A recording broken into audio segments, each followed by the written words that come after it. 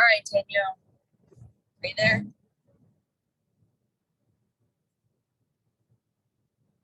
That's just open line right now.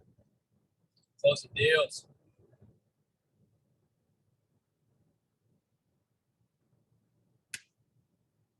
Is Jaden still in there?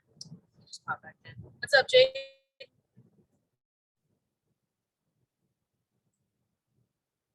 Can you hear me? I gotcha. There he is. All right. I think Danielle's closing a deal right now. Our call is pretty small because we missed a couple of them. So now we're having to get people back in. Obviously in the car today because we are driving to Vegas. So we're gonna take us all on the road here. So we're gonna make this a little bit more personable because I've been in the car traveling and getting some shit together. So I mostly wanted to talk about follow-up today, but I figured since we're in a pretty small group, we'll just see what do you have specifically that you're trying to dial in on. Is it just me right now? Danielle's in here too, but Danielle's probably closing the deal. She always hops on and then usually is working with a client. Gotcha. So hell yeah, you get a little one-on-one action, Jaden. Fuck yeah, baby, let's go. Hey, Bryce in there? Yo, that's where the conversation ends right there, buddy. What up, Big Daddy? What's up, buddy? I'll just let you guys talk. Yeah, no, I just closed up 2 deals. I got a Ford Bronco that just went, a Sport, and then I have a Ram that just went. I'll have 2 trucks tomorrow and a delivery on Saturday. So I'll finish this week with 5 deliveries. I finished last week with 4 deliveries. My closing rate for customers that I've talked to versus sold, I finished this past 2 weeks out at 90%, which tells me I'm not talking to enough people. And so I think the biggest thing that I would love to cover with you guys is getting people in the door. I feel like I'm hitting Facebook hard. I watched Andy's video this morning on calling the orphans and stuff. We don't have a lot of orphans at our store, but calling orphans. I made 50 phone calls today and sold 2 cars. Just trying to live by that plan. If I'm not selling 2 cars a day, I'm making 200 phone calls. So that's what I've been trying to do. But it's trying to get those numbers, trying to get the phone numbers and stuff. But I just feel like I'm not in front of enough people where I find myself not doing much during the day. You guys know how it is. Oh yeah. So now do you guys have a service drive and stuff too? Oh yeah. So I'm going to say this and you guys are going to be like, holy shit, that's a gold mine. But I have 4 stores on one campus. I have a new Chevy Buick, new Ford, and then a new CDJR, and then a massive pre-owned building. So we have 3 service departments. Shit. Now, are you allowed to bounce around? So yeah, I can sell on any building, but I just can't take lot ups because I'm in the Ford building, so I can't take used lot ups or Chevy Buick lot ups or CDJR lot ups. So I'm only stuck with Ford lot ups, and Ford service doesn't have a lot of service customers. They're pretty slow. But the people that do pull them from other service drives. What was that? Right. You can't pull them from other service drives, right? Okay. So you got to get people more into Ford. Can you hear me or?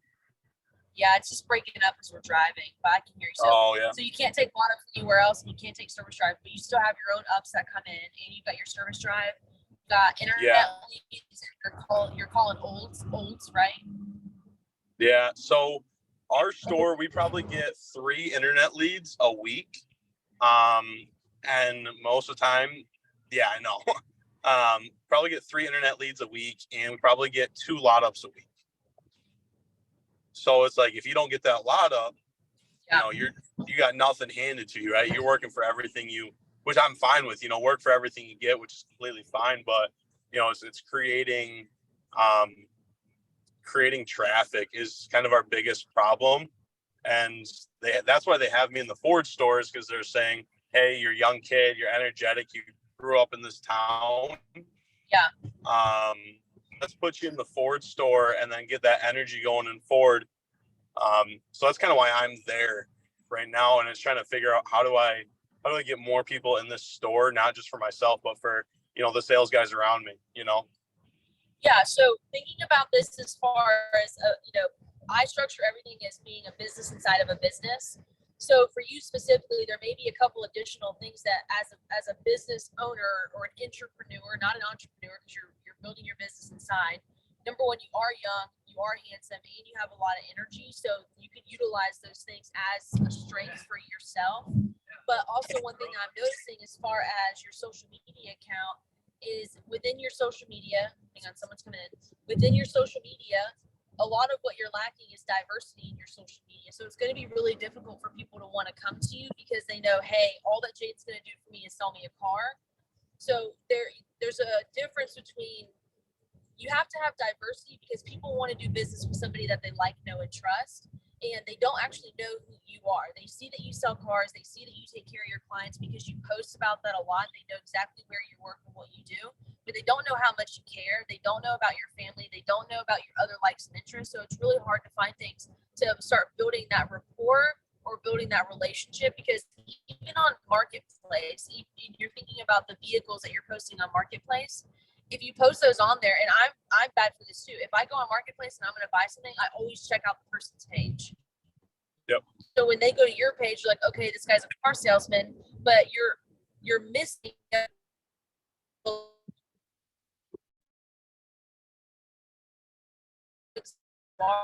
what you do and how good you are at what you do. They're not going to be able to actually resonate with you and build any kind of rapport up front to want to even reach out to you, because they're just going to be like, oh, this guy's all about selling cars.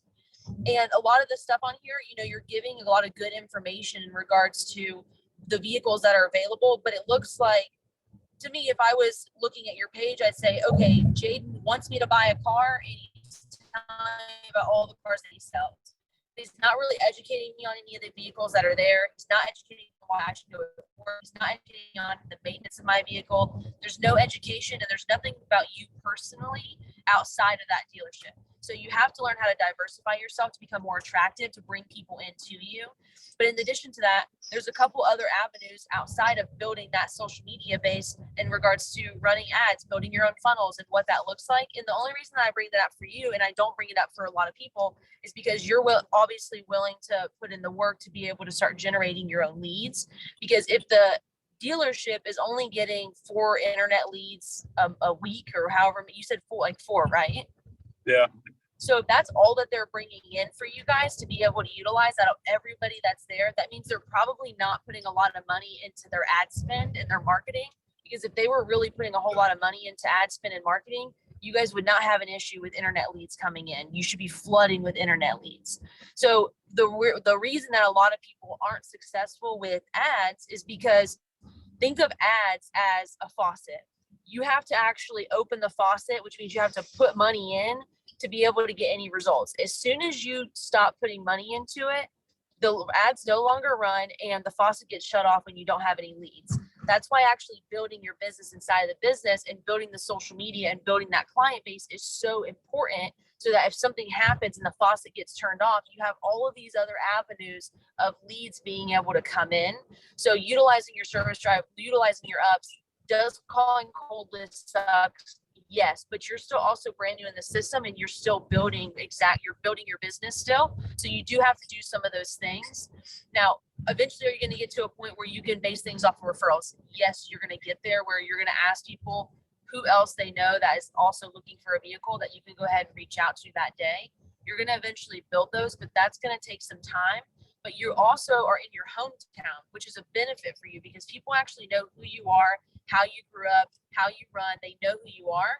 And so that actually works in a benefit, especially in a smaller town, because they already know your name. They know your family name.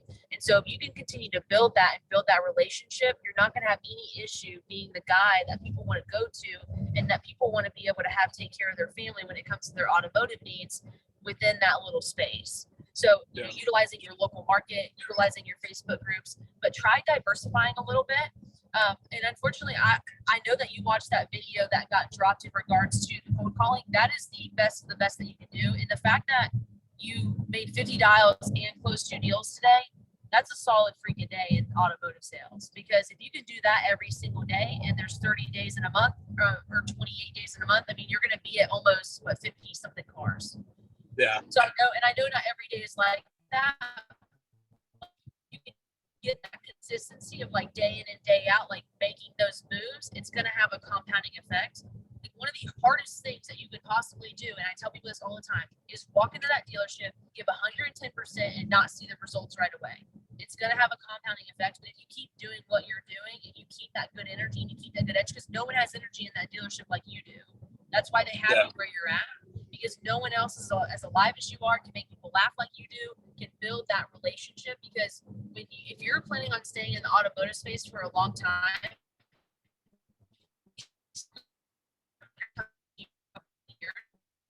it's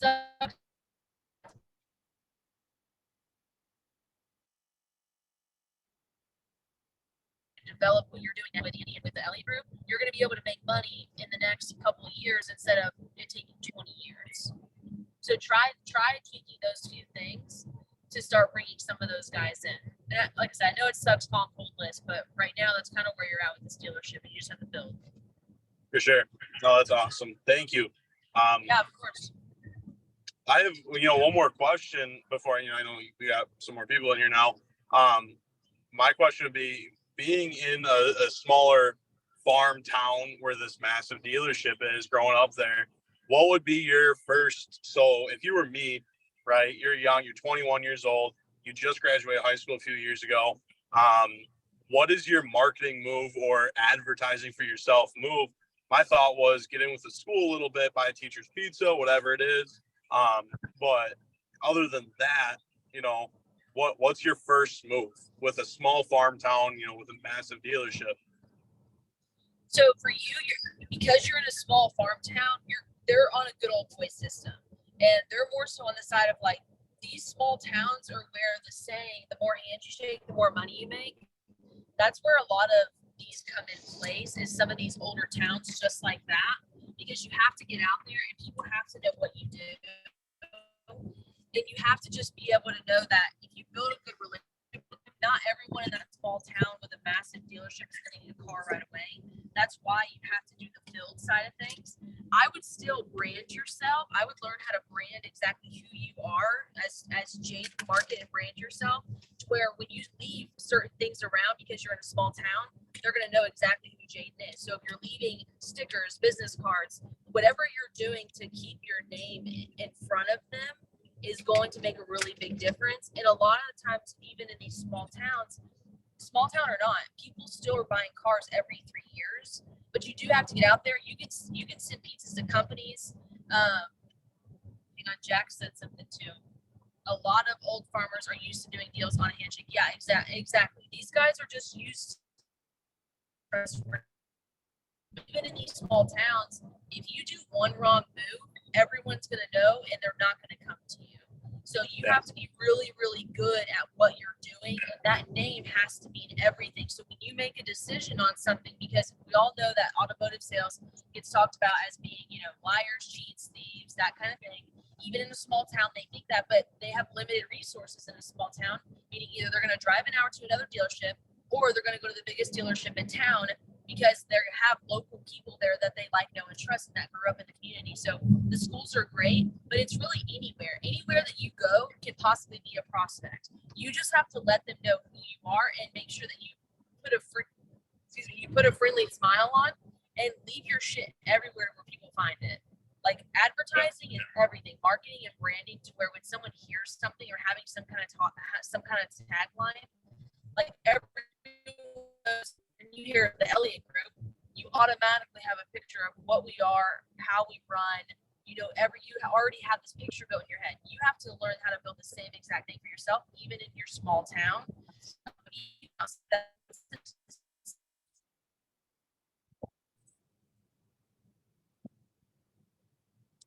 Jaden, what's the next closest city to you? It's the city I actually live in now. It's Allendale, another smaller town, but it's like a college town. Okay. And how far away is it from you? 10 minutes. Okay. Okay. So you do have some other opportunity for people to drive out there. It's just all about how you market and brand yourself, bringing those people in. Yeah. Of course, you've got your small town people, but people will drive. That was one thing about when Andy was in automotive sales in Oklahoma. People would drive an hour or 2 hours to be able to get the vehicle that they wanted. Even if they moved out of town somewhere, he's really, really good at making a best friend and keeping that client for life. And people would travel to get the right deal and to deal with someone that they trusted. For sure. Yeah. Uh, So I Thank you. know, was there anything else, Jake? You feel pretty good. I feel awesome. I feel good. Oh yeah. What's your tagline? My tagline? Yeah, like what do you use it? What's your tagline? I don't really have a tagline. You gotta make one. I don't. What do you like? I don't know. I don't really have a tagline. Like a lot of people will do like Jade's deals or some shit like that. I mean, try to be a little more unique than that because or Jade's got your keys. A lot of people use that one a lot, but you got to be unique because those are all really overused. I mean, they're simple, they really are, but they're a little bit on the overused side. So find something unique to you, get a tagline, start branding yourself, create a logo. You can create a logo inside of the brand. Huh? Jade wants your trade. Jade wants your trade. Jaden wants you trade. Jack, how are you doing slinging cell phones? Killing it today. Been busy wall to wall today. Dude, I freaking saw that post of your client. That's the first time I've seen someone in cell phones put a freaking post up. It made me so happy. Yep, I got another one coming tonight. Just haven't got a chance to post it yet. There you go. So if some of you guys don't know, I know Tom knows, but Jack sells cell phones, and he freaking crushes it. And we've been working on his Facebook stuff and his marketing and his branding, and he's just started posting clients because we work with quite a few people on cell phones. No one else does that in cell phones, which is crazy to me. So he's been building a client base for that. Danielle's probably closing deals, so she's not going to talk today. But Tom, what you got for us? Hey, and Maria, real quick, I also took Michael's advice. I've been giving my clients $5 gift cards to the local coffee shop down. We got a coffee shop that's literally almost next door to us. Yeah. And since we're a smaller town, people like doing business with other small businesses. So if they leave me a 5-star Google review, I give them a $5 gift card down to the coffee shop. Yes. Jack's a freaking genius. And I know sometimes depending on where you're at, so that's really awesome, Jack. I know we've got some people in the UK who can't do that. The biggest thing with little pieces like that, the way that Jack's doing it, a lot of people want to give rewards for referrals, but reviews are a really good way because if you have really good reviews and people are looking up the dealership to decide where they want to go, reviews are massive. A lot of people look at Google reviews before they decide to ever show up at a location. So Jack's doing the same thing. And, Jack's in a small town too, just like you. And he's building that name for himself and for the Verizon store that he's at. But Tom, what you got for us? Not too much. I left my job yesterday. I quit my job. What the heck? I was sitting at a desk telephoning leads that were 10 years old. Every one of the leads had problems with finances previously. And 40% of the leads were given to someone else. The telephone was not in service. Given, a lot of them were given to someone else. So a new person was at the residence. It was like I was at the top of the funnel trying to rope people that weren't even interested in buying a car, right? I'm just like that. No, it's not what I want to do. I don't want to sit at a desk and call people who are totally not even in the game. So I'm looking for another job. That's okay. I'll find something. That's the, but you know what? I've got my license. I have a license now, which I didn't have when I started. I don't know. What's it like? I don't know what it's like down there, but in BC, you have to have a license to sell cars as a car salesman. Is that standard? It depends on where you're at. I believe Yeah. it's pretty standard. Yeah, but Oh, I I know it depends. It really depends. And I know a lot of people now, especially in like solar and stuff like that, they're going online and getting like generic sales licenses and stuff, which I've never heard of other people doing that before, but they're starting to do that to where they have a certification that says they're authorized to sell a certain product so that people don't think they're getting scammed. So I know being authorized and licensed helps with that. But I know like in DC, for example, that's another area where the referral program or like giving gift cards or incentivizing is illegal there. So you have to actually you can't let them lead them on to that you're going to be giving them a gift. You just ask them for whatever you need, a Google review or whatever, and then you give them the gift. A lot of people are really, really on edge about that. I don't know if I guess maybe you lose your job over there over incentivizing and giving someone a coffee gift card, which I think is crazy. Yeah. But that's a really, those are pieces of advertisement and building that relationship. The fact that you're willing to go out of your way to have them help you build your business. But that's something else that you're going to run in there. But you'll find another place. I know you will. Oh, yeah. I mean, in BC, you legally have to have a license to sell vehicles to be a salesman or representative. And if you're not, Yeah. The company could get fined dramatically. So, and it's like $600 out of your pocket. Yeah. Oh, yeah. So that's the way it is. So in addition to you guys calling and what you're doing right now, I know we're talking a little bit about calling, a little bit about Facebook and stuff in there. We'll work on that. One of my main things that I wanted to focus on today that a lot of people are struggling with is follow up with leads. So I know, Tom, you were getting some cold leads. Hey, Tom, can you mute real quick? It's kind of noisy. I know that Tom was dialing some old leads. Jaden, I know you dial some cold lists a lot and you get some leads off of there. It's just part of the game. And dialing cold lists is always the start for anybody new in automotive sales because they're testing you. They're testing whether or not you're going to put in the work, whether or not you're willing to go the extra mile to be able to start building your business. And it's the unsexy shit of trying to build yourself within automotive sales. When you go into a dealership, they're not going to ever feed you the good leads. There are hot leads that come into a dealership that are like, I want to buy right now, but they're not going to give them to the new guys. They're always going to give them to the people that are closing. The Elliott Group runs the same exact way. A new lead comes in, the top guys always get one guy always gets the leads because they're laughing because they know. One guy at the top always gets all the new leads in the Elliott Group. The rest of us it's hunting season. Like we have to hunt for the leads. No one is giving us any leads. Now, do people come into the Elliott Group? Yes. Do people come into a dealership? Yes. Do you every once in a while get an up? Yeah, that does happen. But in general, you're building your business inside of your business. And I can't stress how important that is enough, but you have to spend the time in the pain. You have to do the unsexy shit that no one wants to do. Nobody likes dialing lists. That is dog shit. I hate dialing a list. But at the end of the day, you have to start somewhere to be able to grow. And if you want to be like these top dogs who are on a fee schedule where you see them whenever you see them and they get all the fresh leads and they get all the ups, you got to put in all the work. And it's going to suck. It's going to take a little bit of time. Like I said, we talk about turning decades into days. This shit's not going to happen in a week. It's going to take a couple months. So understand that it's still going to take time. But if you don't ever start the hard process, you're never going to be able to get the good life. You have to do all that hard stuff. So I know, Tom, you weren't picturing yourself sitting on a phone, but I really do believe that no matter where you go, you're probably going to end up sitting on a phone at the beginning.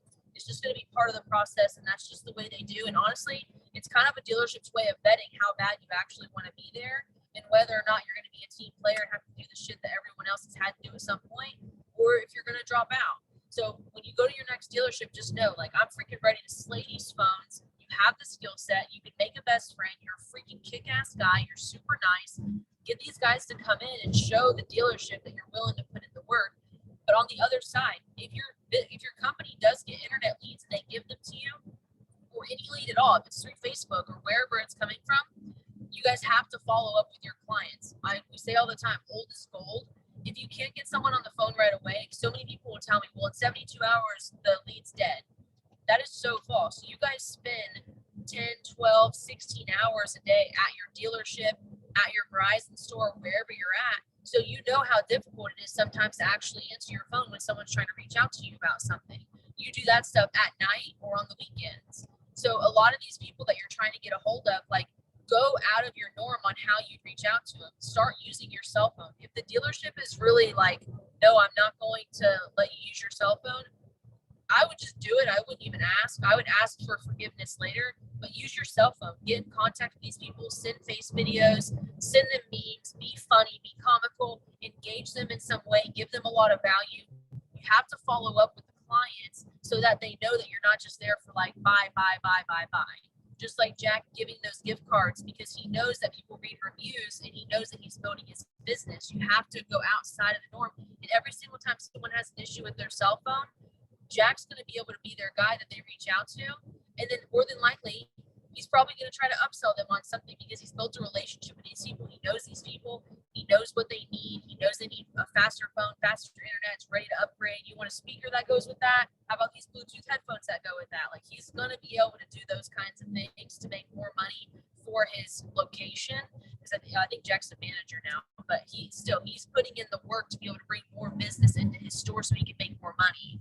But following up with your clients and continuing that relationship, whether it's unsold, whether it's sold, whether it's a cold list, whatever it may be, you guys have to make sure that you're doing this follow-up process. And it's going to be a little different for every single industry, however you run it.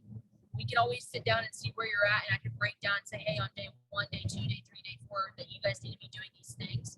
And if you're thinking about getting into any kind of automations do not take over your business. You still have to do the work.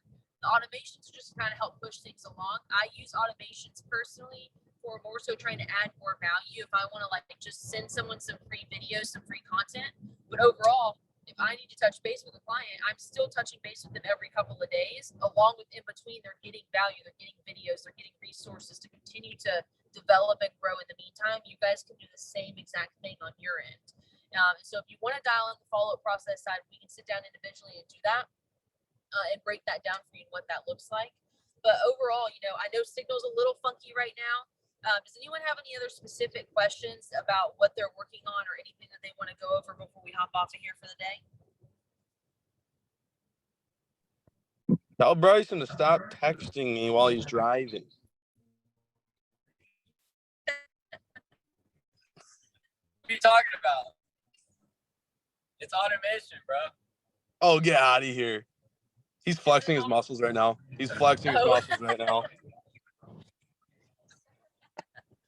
Oh, implants. Oh man, we love you guys. Oh, dude, I inject every night before bed, bro. How else do you get muscles? That's it, man. It's a shipment. Oh, Jack, I'm a freaking slacker. I am working on it. We have been so crazy. So we were in Utah last week for 5 days. Got back, have been slammed for the last 4 days. Now we're driving to Las Vegas. We have an event this weekend.